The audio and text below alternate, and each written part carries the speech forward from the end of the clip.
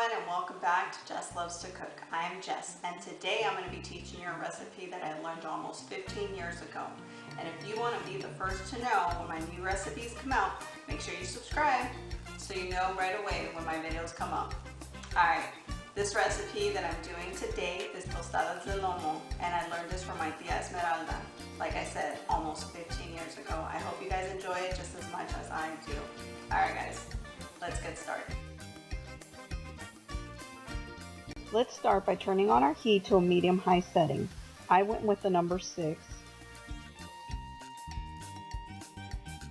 I added 8 cups of water to my saucepan. Now it's time to wash our beans. I'm going to be using about 2.5 cups of beans.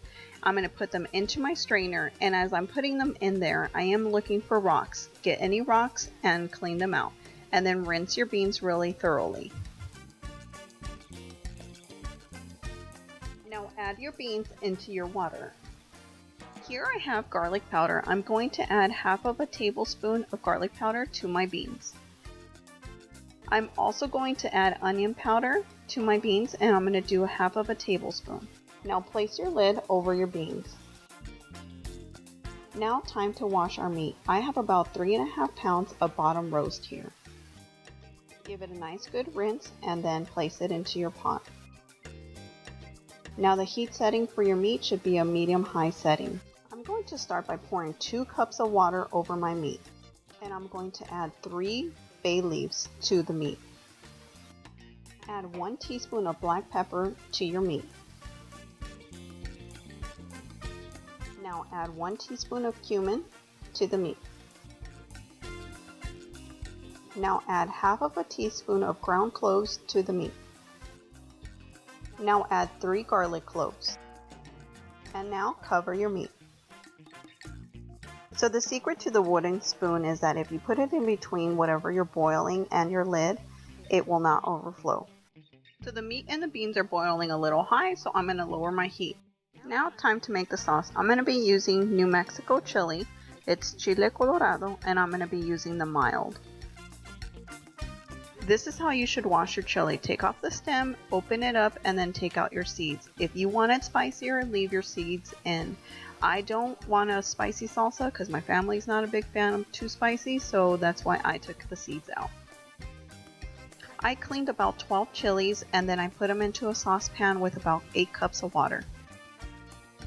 Make sure that you're consistently stirring your beans. Also, don't forget to check on your meat. For this recipe, you really don't want to boil your meat in the water. So I noticed that my water had gone really low and I don't want my meat to burn. So I added 1 more cup of water. Make sure that you're also flipping your meat around so that it cooks evenly. I used 2 forks to turn my meat around. It was just so much easier to kind of poke it and then flip it around. When I started cooking my meat was still frozen a little bit, so I didn't cut it up. But if you can, cut up your meat so that way it cooks a lot faster. Now I'm going to add some salt. Add 1 teaspoon of salt to your meat. And now cover it back up. Now let's start working on our condiments for our tostadas. Here I'm gently sliding my knife through the side of my cabbage, and once I cut it, then I cut it into smaller pieces. Then I put it into a strainer and I wash it thoroughly.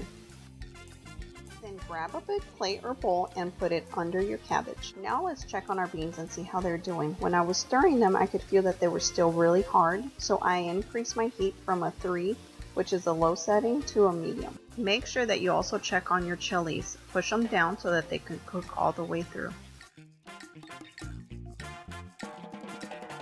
Here I'm checking the sides of my meat to see if it's thawed out a bit, and it has. As you can see, my fork goes right in.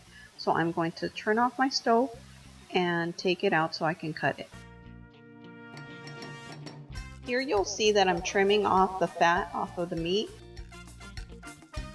Now I'm cutting the meat into smaller pieces so that it can cook a little bit faster. I would recommend cutting up your meat after you wash it. It would make it cook a lot faster. Now turn on your burner where you had your meat cooking and put it at a medium heat setting. Now add 1 cup of water to your meat. Put your lid back on your meat and check on your beans. The water on your beans is running a little low. Add 1 more cup of water. Now our chilies have been boiling for about 15 minutes and they've changed colors and they're super soft and ready. So now turn off your heat. While my chilies are cooling down, I'm going to be using queso fresco from Cacique and I'm going to shred it up into little fine pieces like this. Now I'm going to show you how to make the chili for your meat. Strain your chilies from your water. Do not use that water because it's really bitter. Now I'm going to add 2 teaspoons of sea salt to my mixture. I'm also going to add 2 tablespoons of minced garlic to the chile colorado. And now you want to blend everything really well together. Give it a taste and see what you think.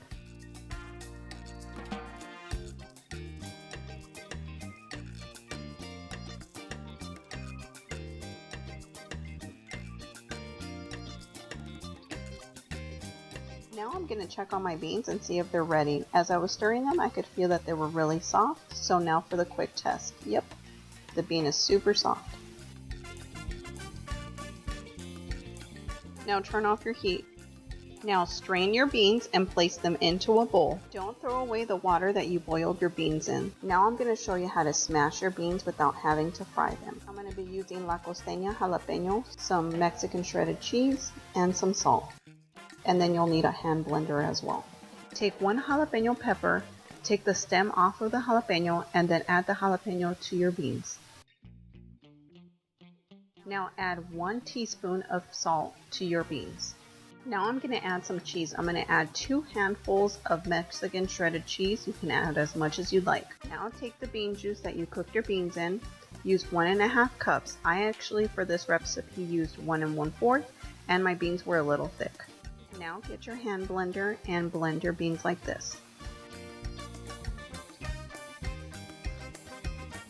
Blend them until you get a nice creamy consistency. Once you have that nice creamy consistency, try it and see what you think. I thought the taste was a little bland, so I added 1 more teaspoon of salt. If the beans are still a little thick for your liking, go ahead and add more of your liquid from your bean juice. And now blend everything really well together.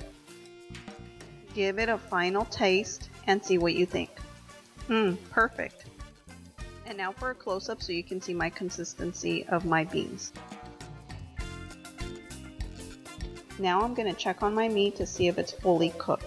I turned it around, it's all brown, so we know we're good to go. So turn off your stove. Take a couple pieces of meat, put them on your cutting board so that they can start cooling down. Okay, time to cut our meat. I'm going to be using a fork for this because the meat is extremely hot and I do not want to burn my fingers, so I would hope you do the same. Also, make sure you get a plate so that you can put your meat that you're cutting into that plate. As you'd notice, I'm actually cutting my meat into small little cubes. I like to do the cubes because if I were to shred it when you bite into your tostada, if you've ever noticed and you've shredded your meat, you'll actually bite into it and then pull a little bit of the meat, and unfortunately everything follows. So for me, I rather cube it so that way when you bite into it, your tostada stays intact and everything stays on top. So this is the broth that we cooked our meat in. I'm going to strain it to get all the seasonings out of it, and then I'll show you what we're going to do next. So remember earlier I mentioned do not add any of the chili water to your chili sauce. Well, this is why, because I'm going to add more flavor by using the broth that we boiled our meat in.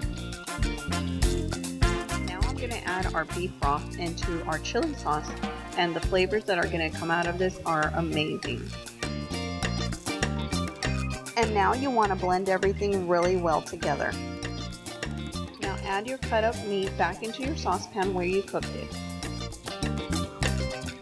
Put a strainer over your saucepan. Now pour your chili into your strainer.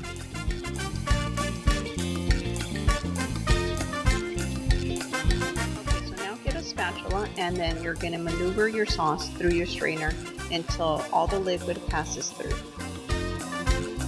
The reason why I'm doing this is to get a nice clean sauce with no skin from our chilies. left with once you're done straining your chili sauce. Now mix your sauce into your meat. Make sure that all your meat is coated with the sauce. Now turn on your stove to a medium heat setting. Now let's check on our meat. The reason why I'm heating up the meat with the sauce is so that the meat can actually absorb the flavors of the sauce. Once the meat is nice and hot, turn off your stove. Now I'm going to teach you how to make some crema. You'll need sour cream, salt, pepper, and milk. Scoop up about a half a cup of sour cream and place it into your mug. Use about a tablespoon of milk, about a half a teaspoon of pepper, and about a half a teaspoon of salt. And now mix everything really well until you get a nice creamy consistency.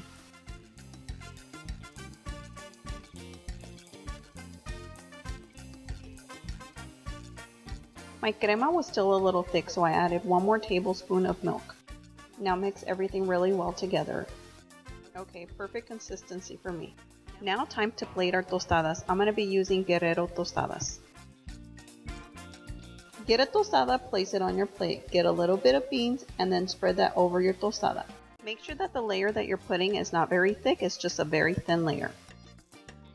Now for the meat. Get as much or as little as you'd like. And place the meat over your beans. Now get a handful of cabbage and place that over your meat. Now get your shredded cheese and sprinkle that over your cabbage. Now take some crema and drizzle that over your tostada. Now top it with your favorite salsa. I'm using tapatio. Now for a close-up. Yum, doesn't that look delicious? Alright, well there you have it, Tostadas de Lomo. Let's give it a try and see what we came out with. So I'm going to show you a little trick to eating tostadas. If it's a little bit popped up on the top, just crack the middle. If not, just crack a little bit of the side. That way your whole tostada doesn't fall apart. You can just eat little portions like this. It's delicious. The beans, the meat, the cabbage, the sour cream, everything just comes together so well. I wish you guys could try it. And hopefully you do by making the recipe. Alright guys, well there you have it. Let me know what you think.